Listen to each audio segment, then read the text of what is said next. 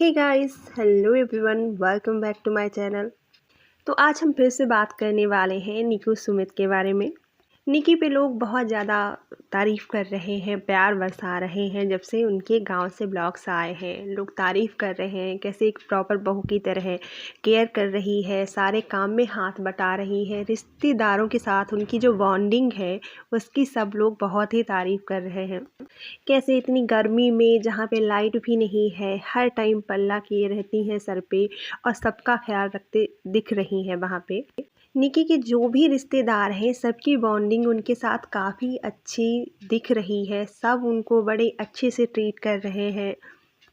तो निकू का एक ब्लॉग भी आया है जिसमें उनका साफ कहना है कि ये प्यार मोहब्बत जो है रिश्तेदारों की, अपनों की कमाई जाती है, ये मुफ्त में नहीं मिलती।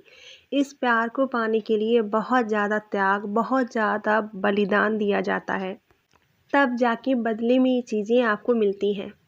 वहीं कुछ हैटर्स ऐसे हैं जो हेट फैला रहे हैं, निकू को बदनाम करने की कोशिश कर रहे हैं। उनकी जेठानी को भी इन सारी चीज़ों से बहुत ज़्यादा मिर्च लगी है कि कैसे इन दोनों पति पत्नी सारी लाइमलाइट बटोर रहे हैं, कैसे प्यार पा रहे हैं लोगों का। एक संस्कारी बहू की इमेज जो सामने आई है, कहीं ना कहीं इससे उनकी जेठानी को बहुत ज़्यादा मिर्च लगी है और वो जुट गई हैं अपनी सफाइयाँ देने में कि हमें कोई लेके नहीं गया, हमें छोड़ के गए हैं घर में। उन्होंने एक और भी इल्ज़ाम लगाना शुरू कर दिया है अपनी देवरानी पे और अपनी सास पे।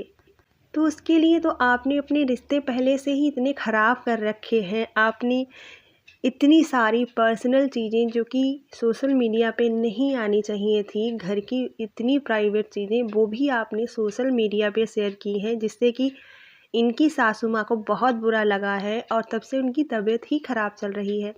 आपने अपने देवर देवरानी को घसीटा, साथ में सास ससुर को भी घसीटा है। उन पे भी इल्ज़ाम लगाए हैं कि हमारे ऊपर अत्याचार हुआ, दहेज की डिमांड हुई, जो कि देखा जाए एक बहुत बड़ी चीज़ है।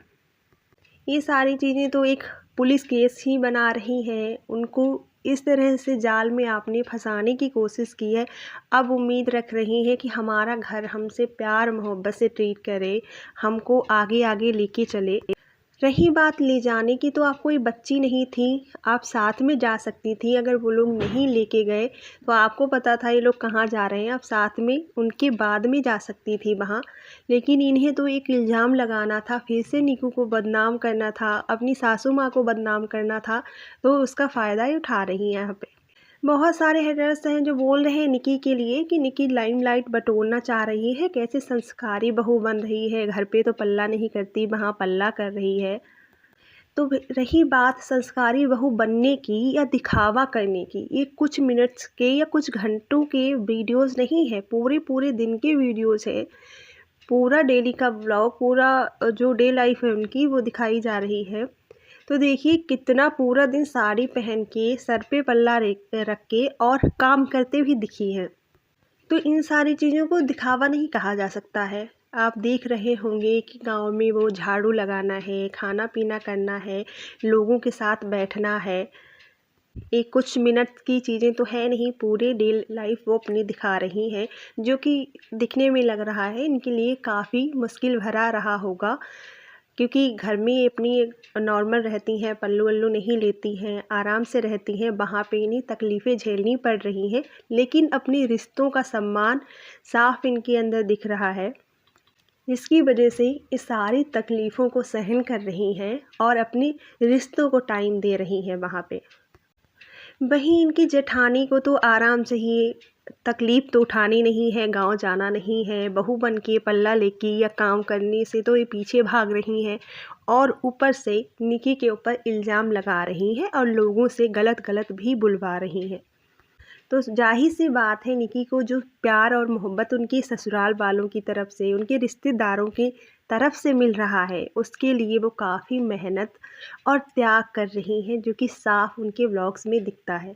वो अपने परिवार के साथ, अपनी ससुराल वालों के साथ हमेशा खड़ी रही हैं, जो कि उनकी जेठानी के अंदर कभी नहीं रहा है। आप लोगों के क्या विचार हैं? आप लोग किस साइड में हैं, किसके पक्ष में हैं, किसको सपोर्ट करते हैं? कमेंट में ज़रूर बताएं।